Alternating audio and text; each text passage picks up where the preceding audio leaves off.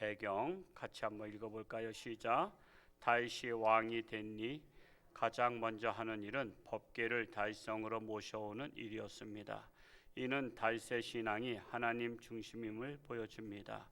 하나님의 약속이 담긴 법궤를 모셔오는데 어려운 일을 겪지만 마침내 성으로 모시고 기뻐합니다.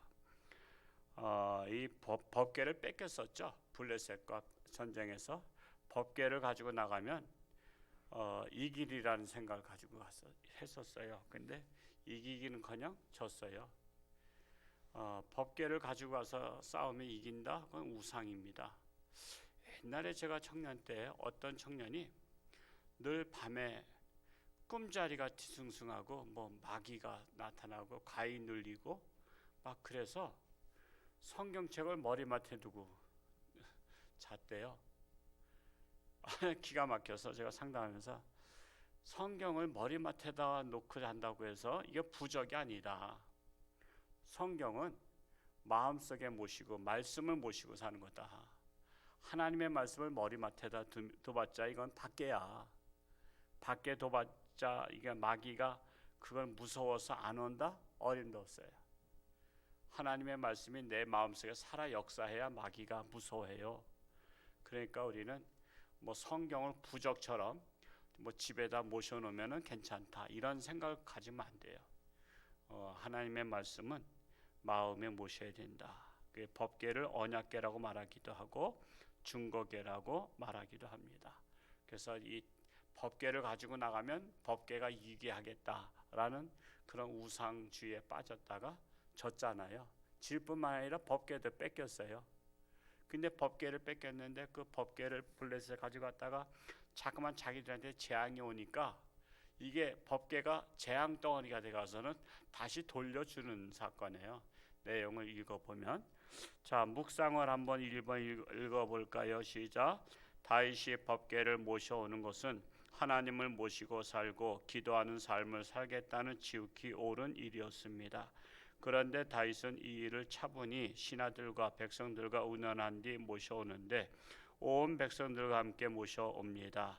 다윗의 이와 같은 하나님 중심의 신앙을 본받아야 합니다. 무엇을 깨달으셨습니까? 자, 구약에서는 하나님의 말씀을 모시고 살았죠. 구약에서는 법궤 중심의 신앙이었어요. 모세가 하나님으로부터 받은 그 말씀을 법궤 안에다 넣었죠. 그래서 법궤 안에 있는 하나님의 말씀을 늘 중심에 모시고 살았습니다. 그리고 신약에는 말씀이 육신이 돼서 성육신하신 예수님을 모시고 사는 거예요. 그래서 우리는 지금 신약 시대입니다. 그래서 예수님의 말씀, 하나님의 말씀이 구약에서는 법궤 안에 모셨는데 신약에서는 예수님이 직접 이 땅에 오셨어요. 말씀이 육신돼서 오셨어요. 그래서 지금은 우리가 예수님을 영접하는 겁니다. 예수님을 영접한다는 것은 말씀을 영접한다는 거예요. 말씀. 원래 예수님의 본체는 말씀이거든요. 그냥 말씀을 우리가 영접하고 사는 것이 우리의 중심의 신앙이 되어야 한다는 것입니다. 2번을 같이 또 읽어봅니다. 시작. 다윗이 자기를 이스라엘의 왕으로 세우신 것은 신앙의 나락으로 떨어진 나라를 회복하고 높여주시기 위함을 깨닫게 됩니다. 사람은 누구나 자기 정체성이 있어야 합니다. 나는 누구이며 하나님이 나를 어떻게 생각하시는지, 왜 내가 무엇 때문에 존재하는지를 깨닫는 것은 대단히 중요합니다. 정리해 봅시다. 자신의 정체성, 자신의 사명이라고도 말하죠. 자신의 아이덴티티라고도 말하기도 하는데 항상 우리는 자신의 정체성을 자신의 사명이 무엇인가를 알아야 됩니다. 저 지난주에도 교육자 우리 교회에서 모임을 가졌을 때 목사의 사명, 목사의 정체성에 대해서 말씀을 나눴습니다만 우리는 자신의 사명이 뭔가, 내가 왜 목사가 됐는가, 이걸 늘 항상 생각해 봐야 돼요. 내가 왜 목사가 됐는가, 목사의 정체성은 뭐냐, 그리고 내가 왜 장로가 되었고 내가 왜 안수집사가 되었는가, 내가 왜 권사가 되었는가, 내가 왜 집사가 되었는가, 내가 왜 교구장 구역장이 되었는가, 내가 선교회장이 되었는가. 자신의 정체성을 깨달으면요, 자기 일에 최선을 다합니다. 자기 일에. 저는 이름만 걸어놓은 걸 싫어해요. 이름만 걸어놓은 걸. 그냥 이름만 걸어놓는다고 되는 게 아니에요. 차라리 남한테 자리를 주면, 비켜주면 남들이 열심히 할 수 있는 길도 막는 거예요. 예를 들어서 우리 강원도에는 2차선이 많잖아요. 거기다 이제 4차선, 이제 국도는 4차선이 많은데 2차선에 가면 어떤 차가 한 40km, 50km로 달려. 앞에서 4, 50km 달리면 기름 꼬불꼬불하니까 추월하기도 목숨 걸어야 되잖아요. 그러니까 그것도 힘든 거야. 그러면 앞에 차는 우리가 기본적으로 뒤에 차가 오면 빨리 달려가 주든지 아니면 갓길로 피할 수 있도록 또한 이렇게 지나갈 수 있도록 해주든지 하는 게 배려잖아요. 그냥 네가 따라오려면 따라와라, 말려면 마라. 그러면 뒤에 사람이 열불나잖아요. 열불나, 화나고. 지금 나는 정상적, 지금 예를 들어서 한 80km, 뭐 80km 달린다 그러면은 뭐 그건 잘못도 없어요. 왜? 지정 속도가 80km니까. 그런데 60km, 50km로 달리면서 뒤에 차를 몰고 가, 자기가 끌고 다니는 것 같아. 그러면 뒤에 뻔히 백미러다가 보인단 말이야. 그거 비켜주면 다른 차들 잘 나가잖아. 우리 인생이 그런 거예요. 거기서 우리가 교훈을 받아요. 누가 한 자리를 차지하고 있으면 그게 안 되는 거야. 그게 다른 사람이 그 자리를 차지했으면 잘 나갈 수 있을 텐데. 나라도 마찬가지죠. 대통령도요. 대통령 제대로 뽑으면요, 그 나라 잘 되잖아요. 잘못 뽑으면 나라 망하는 거예요. 저 푸틴 같은 사람 잘못 세워져 가지고 지금 전쟁, 지금 우크라이나 지금 우리가 안 봐서이죠. 뭐 아파트고 뭐고 다 파괴시켜 버리고 지금 핵을 쓸까 말까 만지작거려. 재래식 무기로는 안 되니까 핵을 쓸까 말까 지금 하고 있어. 그래서 한 번에 이 시체를 묻었는데 한 900구씩 묻그랬대요. 여러분, 900구라는 것은요 엄청난 거예요. 우리 교인 다 묻고도 모자라. 우리 교인 숫자로는. 그걸 그냥 멀쩡한 사람들을 다 죽여버리고서는 그렇게 묻어버려. 그러니까 여러분, 지도자 한 사람 잘못 세우면 이게 세계 불행이 오는 거예요. 세계 불행이. 히틀러 같은 사람 잘못 세워가지고 불행이 왔잖아요. 그래서 교회가 정신 차려야 된다고 해요. 왜냐하면 히틀러를 누가 지지했는지 아세요? 천주교, 기독교가, 개신교가 지지했어요. 교회가 히틀러를 지지해가지고 그 독재로 해서 세계를 불행에 빠뜨렸다니까. 그래서 교회가 정신 차려야 된다고 저는 항상 보는 거예요. 교회가 정신 차리지 않으면 불행한 지도자를 세워서 스스로 망해. 스스로 망해. 그래서 우리 정체성, 우리 알아야 돼요. 내 사명이 무엇이냐. 내가 맡은 사명은 최선을 다해서, 최선을 다해서. 하여튼 그래서 자타가 인정하는 사람이 돼야 돼요. 저분은 목사님다워. 저분은 목사님다워. 저분은 장로님다워. 저분은 권사님다워. 답다라는 것이 돼야 돼. 답다. 권사답다. 안수집사답다. 회장답다. 이런 소리를 우리는 들어야 돼요. 어디 가든지. 하여튼 직장서도 마찬가지고 저 사람은 참 어디 가나 괜찮다. 이런 인정을 받는 여러분 되시기를 축복합니다. 3번을 읽어볼까요? 시작. 왜 첫 번째 법궤를 모셔올 때에 우사가 죽게 되고 소들이 뛰며 실패하였습니까? 법궤를 운반하는 방법에 문제가 있었습니다. 거룩한 하나님의 임재의 상징이요 약속의 말씀을 제사장들의 어깨 위에 두렵고 떨리는 마음으로 존중하며 모셨어야 하지 않겠습니까? 나는 그런 마음으로 주님을 모십니까? 원래 법궤는요 누가 모시죠? 제사장 족속인 레위 족속이 모시는 거예요. 레위 족속의 제사장들이 그 출애굽했을 때 요단강을 건널 때 보면은 그 제사장들이 법궤를 어깨에다 맸다 그러죠. 제사장들이 직접 어깨에다 메고 법궤를 운반했어요. 하나님의 사람들이 운반한 거예요. 그런데 지금 법궤가 뺏겼다가 들어올 때 마차에다 운반한 건 마차에다, 소한테. 그러니까는 하나님께서 그게 못마땅하신 거예요. 하나님은 너 제사장들이 있는데 그건 무겁다고 그냥 소한테 맡기냐? 그러니까 하나님께서 벌을 내리신 거예요. 여러분, 때로는요, 나의 직분에 맞게 내가 할 수 있는, 내가 해야 될 일이라면 내가 할 수 있어야 되는 거예요. 내가 해야 될 일이라면 내가 하는 거예요. 그거는 내가 힘들어도 해야 되는 거예요. 지난 주일날은 우리 부활주일을 맞이해서 우리 6번 저는 예배를 드렸어요. 새벽 예배서부터 해서 우리 교회에서 1, 2, 3부 예배, 오후 예배, 또 연합 집회는 회장님 교회에서 목사 3호만 코로나 때문에 성도들까지 불러도 또 여러 가지 또 하고 그래서 목사 3호만 가서 4시에 가서 또 예배를 드렸어요. 6번 아니라 7번, 8번, 10번이라도 목사가 할 일이라면 해야 되는 거예요. 저는 얼마나 감사한지 몰라. 하루에 6번 예배 드릴 수 있다는 게 얼마나 감사한지 몰라. 예배는 드리고 또 드리고 싶고 또 드리고 싶어야 그래야 돼. 옛날에 온누리교회 하영조 목사님 제가 말씀을 드렸습니다만 그분 살아생전에 어떤 집사님이 거기 예배당이 크거든요. 몇천 명 모이는 곳이니까 저 뒤에 앉으면 보이지도 않아. 누군지도 몰라. 근데 맨 앞자리에 앉는데 1부 예배, 2부 예배, 3부 예배 계속 드린 거야. 예배 때마다. 그냥 목사님이 불편하신 거야. 왜? 목사님이 그날 말씀을 할 때는 다 똑같이 하는데 애와도 똑같이 하고요. 웃기는 것도 똑같이 웃기고 다 그러거든요. 아닌 것처럼 하면서 하잖아요. 근데 이 집사님은 알아. 아닌 것처럼 하는데 웃기는 걸 그냥 무심결에 웃기는 게 아니라 1부 때도 의도되고 했고 2부 때도 의도적으로 했어. 그러니까 이 집사님 뻔히 앞에 앉아서 있는데 또 그렇게 의도적으로 하려니까 민망하니까 집사님한테 그랬대요. 집사님 예배 한번 드리시면 돼요. 오전 예배는 다 똑같아요. 했더니 아니에요. 저는 말씀 들을 때마다 은혜가 돼서 저 집에 가야 할 일 없어요. 그냥 여기 있는 게 좋아요. 행복해요.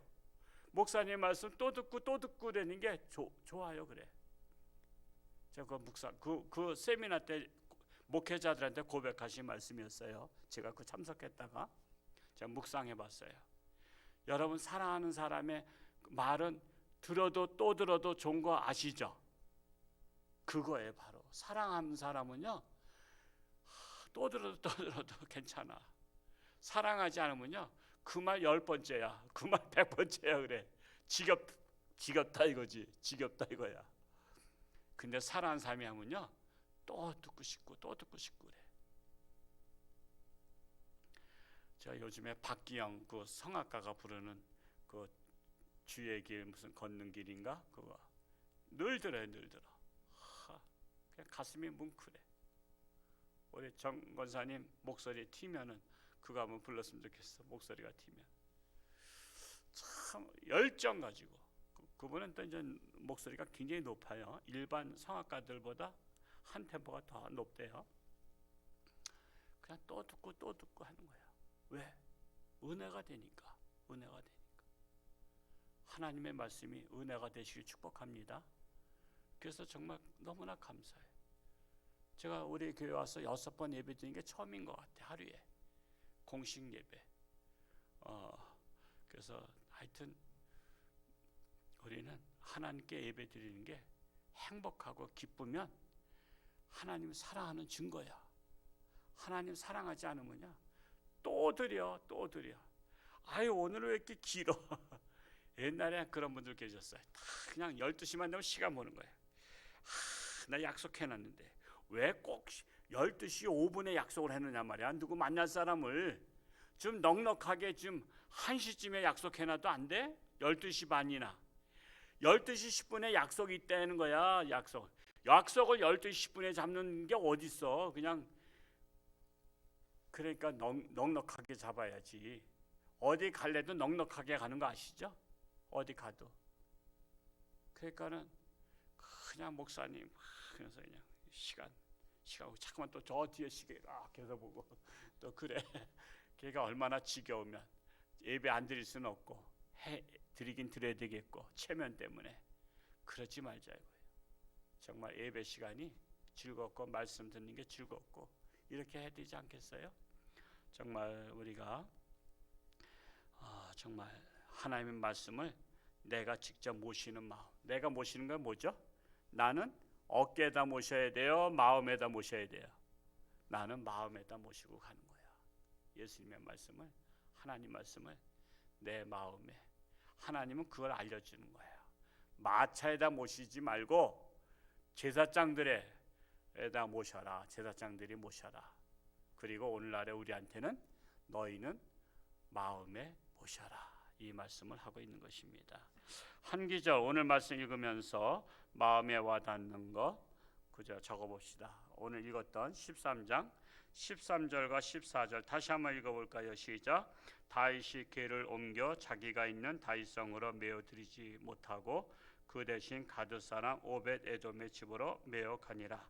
하나님의 궤가 오벳 에돔의 집에서 그의 가족과 함께 석 달을 있으니라. 여호와께서 오벳 에돔의 집과 그의 모든 소유에 복을 내리셨더라. 말씀만 집안에 모셔도 복을 받는 거야. 오벳 에돔의 집에 모셨더니 오벳 에돔의 집이 복이 된 거야.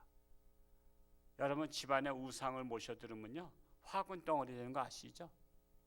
그래서 우리가 해외 나가서 조심해야 될 것은 그 나라의 민속 공예라는 이름으로 파는 것들이 많아요. 근데 그것들이 거기다가 우상 단지야. 우상을 만들 때 어떤 마음을 갖고 만들었을까요? 우상신에게 기도하면서 이 우상신을 사가는 자마다 우상신이 임하게 해달라고 그들도 기도해요. 그래서 외국에 나가거나 그러면은 함부로 민속공예 알고 사야지 잘못 알고 사면 집안에 우상단지를 모시게 돼. 근데 귀신들은 당장 알아. 우상단지 모시면요 어느 집에 내가 좋아하는 게 있구나 하고서는 그 집에 들어가. 어느 집에. 예를 들어서 집안에서 키키하고 부패한 냄새 나면 파리들이 꼬이듯이 우상단지를 집안에 모시면 우상들이 끼어들어. 마귀가 끼어들고 귀신들이 끼어들어. 그래서 우리 집안을 항상 깨끗이 한다는 것은 우상단지들을 다 버리는 거예요. 그리고 우리는 하나님만 모시는 집이 되어야 한다는 사실입니다.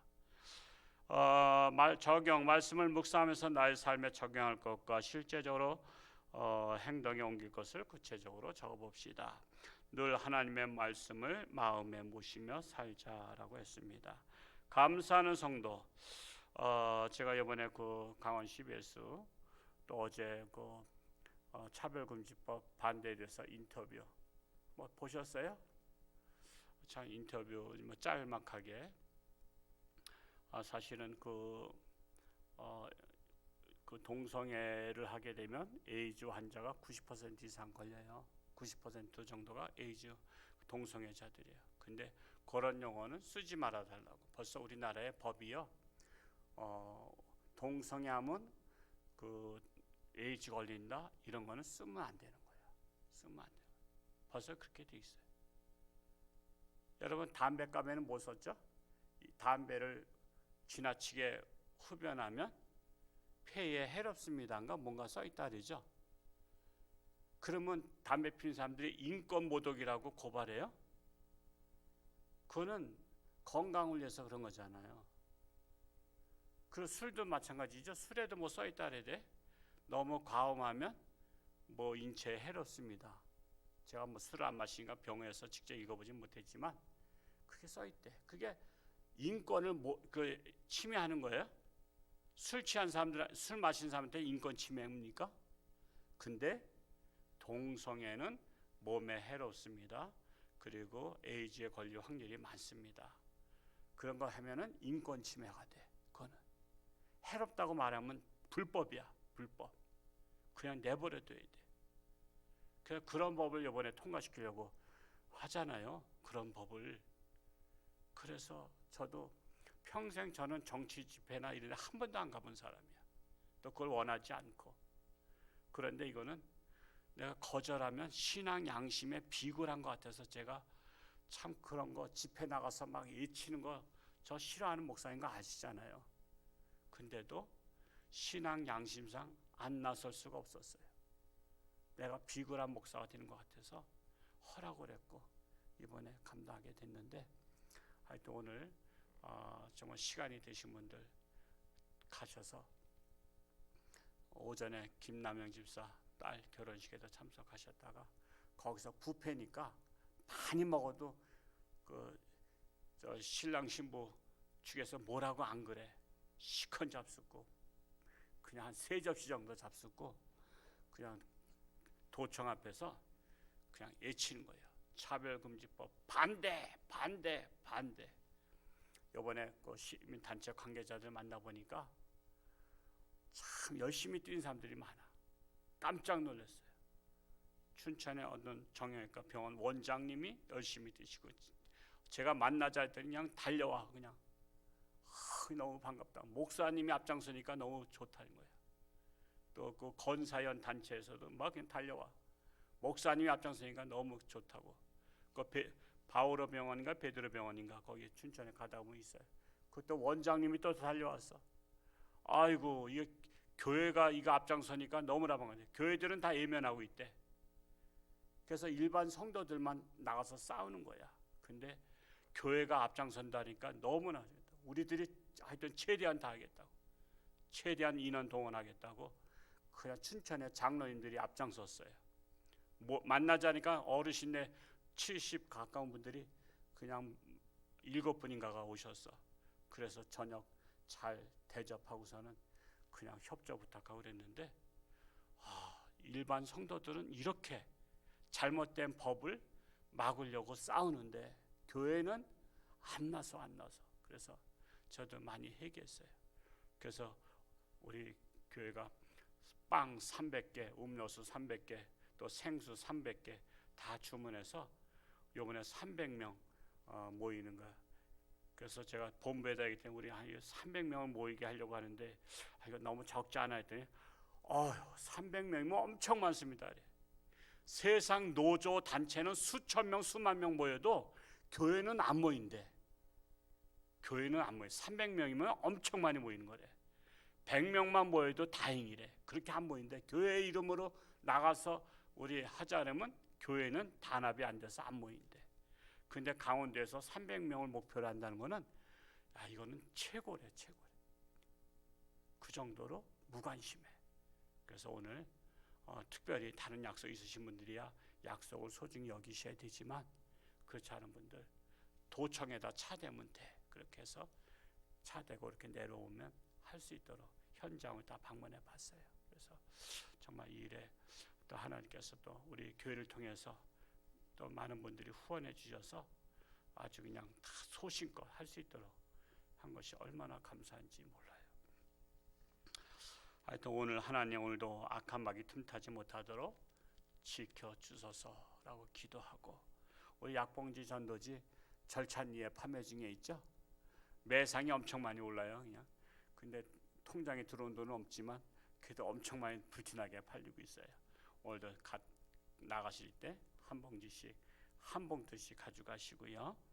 또한 이렇게 해서 정말 이 온라인 초청 57명이 지난주 수요일까지 왔는데 이번 주에 그냥 다 모셔오도록 하고 해서, 그래서 말씀을 제가 하려고 했던 것도 또 바꿨어요. 왜? 오늘 새벽에 12시 반에 일어나서 하나님, 내가 오늘 어떤 말씀을 전해야 됩니까? 어떤 말씀? 우리 단 한 사람이 새로 올지라도 그 사람이 영접할 수 있는 말씀을 전하기를 원합니다. 그래서 제가 다시 제목을 바꿔서 또 말씀을 증거하려고 해요. 지난 가을에는 제가 초신자 중심으로 2달 동안 말씀 전했잖아요. 그래서 많은 분들이 34분이나 등록했었는데 이번에는 한 분밖에 등록이 안 됐어. 그래서 이게 뭐가 문제냐, 내가 말씀을 전하는데 기존 성도한테 초점 맞추지 말고 우리 기존 성도는 어떤 말씀을 해도 잘 알아들으니까 새로 오신 분들을 위해서 말씀을 전해야 되겠다, 이런 생각을 갖게 됐습니다. 그래서 하여튼 이해해 주시기 바라고요. 오늘 하루도 승리할 수 있기를 축복합니다. 기도하겠습니다. 사랑하는 아버지 하나님, 오늘도 새날 주시니 감사합니다. 오늘도 주님과 동행하며 승리하는 삶이 되게 하시고, 구약에서 법궤를 모셨듯이 우리 신약에서 말씀이 육신이 돼서 이 땅에 오신 예수님을 모십니다. 예수님을 우리는 마음속에 모시고 다닙니다.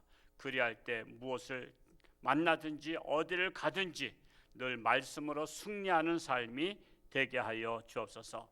오늘도 하나님과 동행하는 승리하는 삶이 되게 하시고, 마귀가 일절 틈타지 못하도록 천군 천사로 지켜 주옵소서. 내일 거룩한 주일, 우리가 온라인 전도를 통해서 많은 생명들이 하나님께 나오며 구원받는 놀라운 축복의 역사가 일어나게 하여 주옵소서. 아직도 코로나로 인해서 고통 속에 있는 자들, 또한 수술한 자, 또 수술해야 될 자들 많이 있습니다. 하나님의 권능의 손길로 안수하사 깨끗함 받게 하시고, 더욱더 하나님을 가까이 할 수 있는 자들이 되게 하여 주옵소서. 감사드리며 예수님의 이름으로 축복하며 기도하옵나이다. 아멘.